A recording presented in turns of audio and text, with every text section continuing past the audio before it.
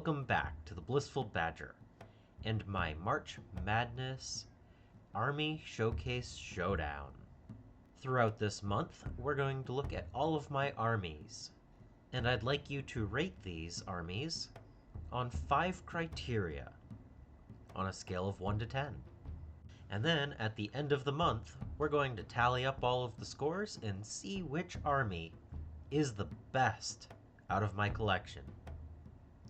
So what are these criteria? 1. The paint scheme. Is my army cohesive? What level have I painted it to? Do these colors work for this army? 2. Playability. How did I go selecting models for this army? Is this a viable army on the battlefield? 3. My reason for owning it. Do I have a good justification for owning this army? 4. Theming. How much does this army fit their lore? Have I built this army to a standard that makes sense for what the army does in the lore? And 5, conversions and customization. What conversions did I make to this army? How did I make it my own? So which army are we checking out today?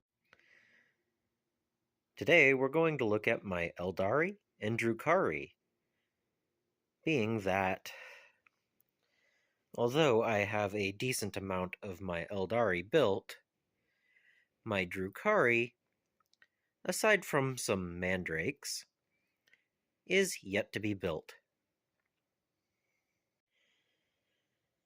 I decided to start my Aeldari army when I had the opportunity to purchase 2 of the previous combat patrol at the end of 2022 for a very good deal.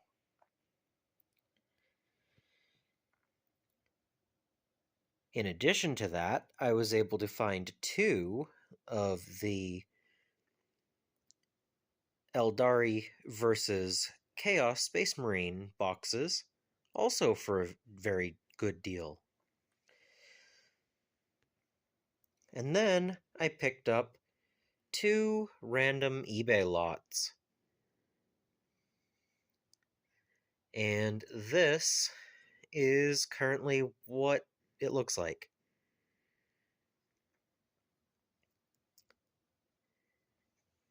I've built several of the models, but not all of them. And I've done a few kit bashes.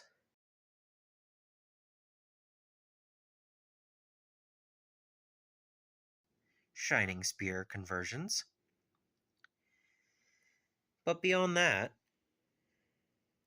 it's mostly a primed army. You may notice in my Aeldari collection that I have quite a few Wraith constructs and general troops, and even quite a few bikes, and some Shining Spears over here. But I'm severely lacking on Aspect Warriors.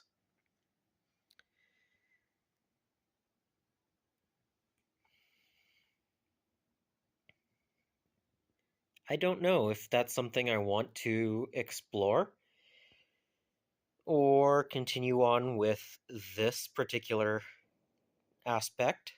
Haha.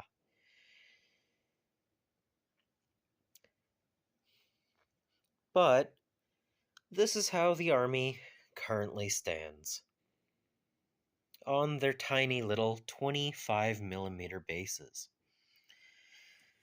Back in the day, even Wraith blades were on 25s. How crazy is that?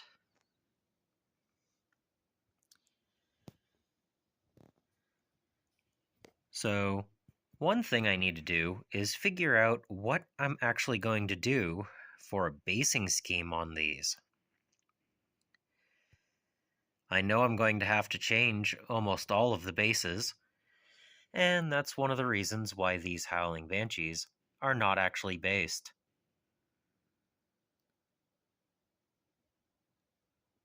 That is a 10-man squad of Guardians, plus a little bit extra.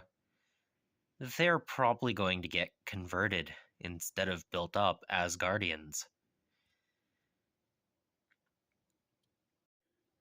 Along roughly the same lines, I had the opportunity to purchase a boarding patrol Drukhari box and a combat patrol box at a very good price. This was back when GW still shrink wrapped their combat patrols. And then I ended up picking up another combat patrol box because more boats is better. I've been able to find 3 of the Venoms at swap meets. I have the Cabalite Kill Team, another random boat, a unit of Mandrakes built and primed, but nothing else. And then I recently picked up an extra box of Cabalite Warriors, a Talos, and 3 boxes of Scourges. So that once the Codex comes out, I can know how I'm going to build them. I have a metal model to convert as soon as I know what is legal and what is not. And I have 3 Reaver jet bikes. Because why not? Part of this I do plan on converting up into some Hellions. I have an interesting conversion in mind, and I think I'm going to really enjoy getting those built up. And 10 Hellions versus a box of Cabalite Warriors, when I have 10, 20, 30, 40... yeah, 40. I think it's okay to run 30 and 10 Hellions, so long as they're actually a viable option. One thing when it comes to my Aeldari is I think I want to actually get more of these painted up and based before I look into the current rules.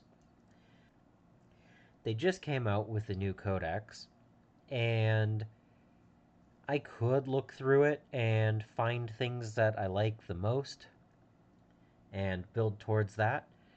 But with the amount that I have, I think it might be best to focus on getting more painted before adding anything else to the army. I did play these as a crusade force for several months back at the beginning of 10th edition, and I lost about 70% of my games. So it wasn't like I was overpowering the opponents or anything. So I do expect to continue this army, and maybe I'll even add a few Cabalites to the army.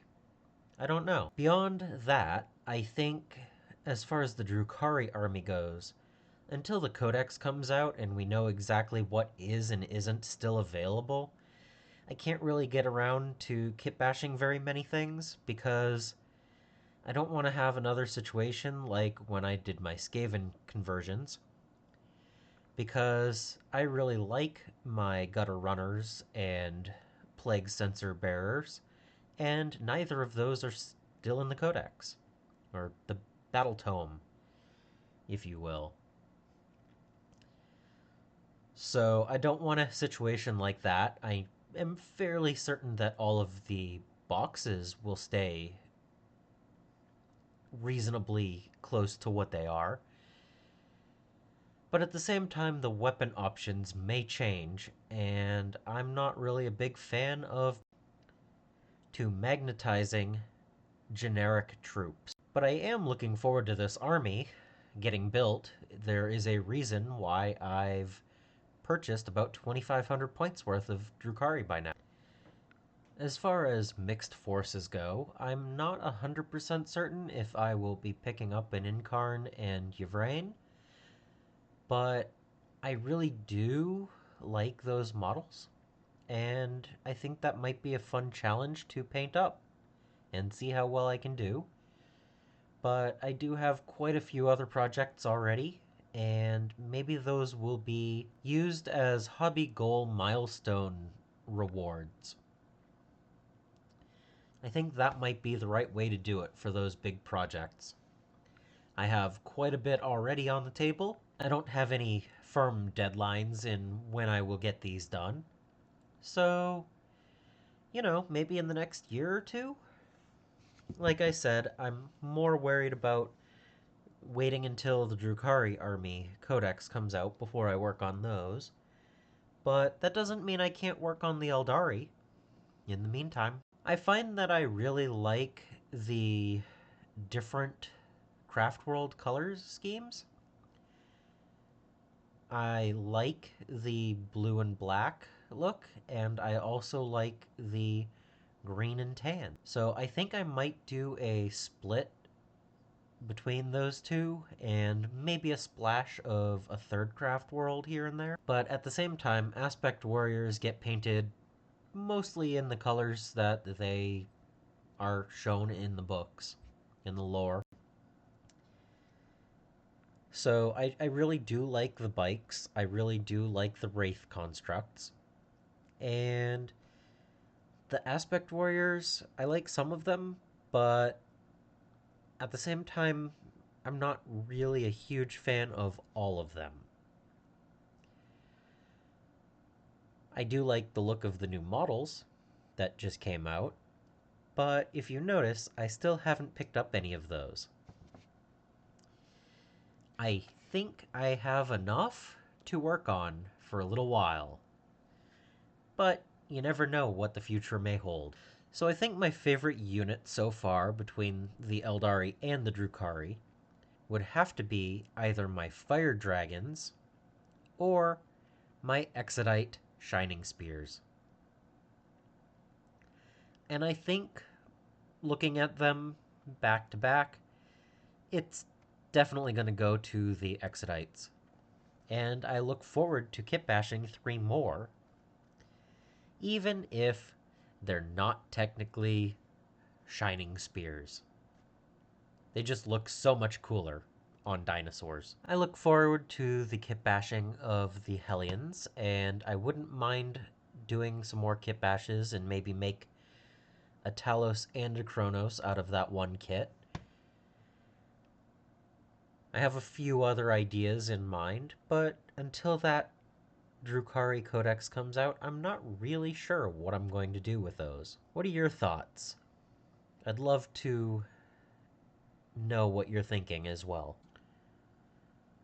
Overall, I have about 4,000 points of Aeldari and about 2,500 points of Drukhari. This is actually a fairly sizable force, and I just need to get working on it. If you would like to see a full breakdown of my army list, there is a link to a spreadsheet in the description below. Subscribe if you haven't, so that you don't miss any future videos. I also want to thank my patrons and supporters for making these videos possible. And until next time, I hope you find your bit of bliss.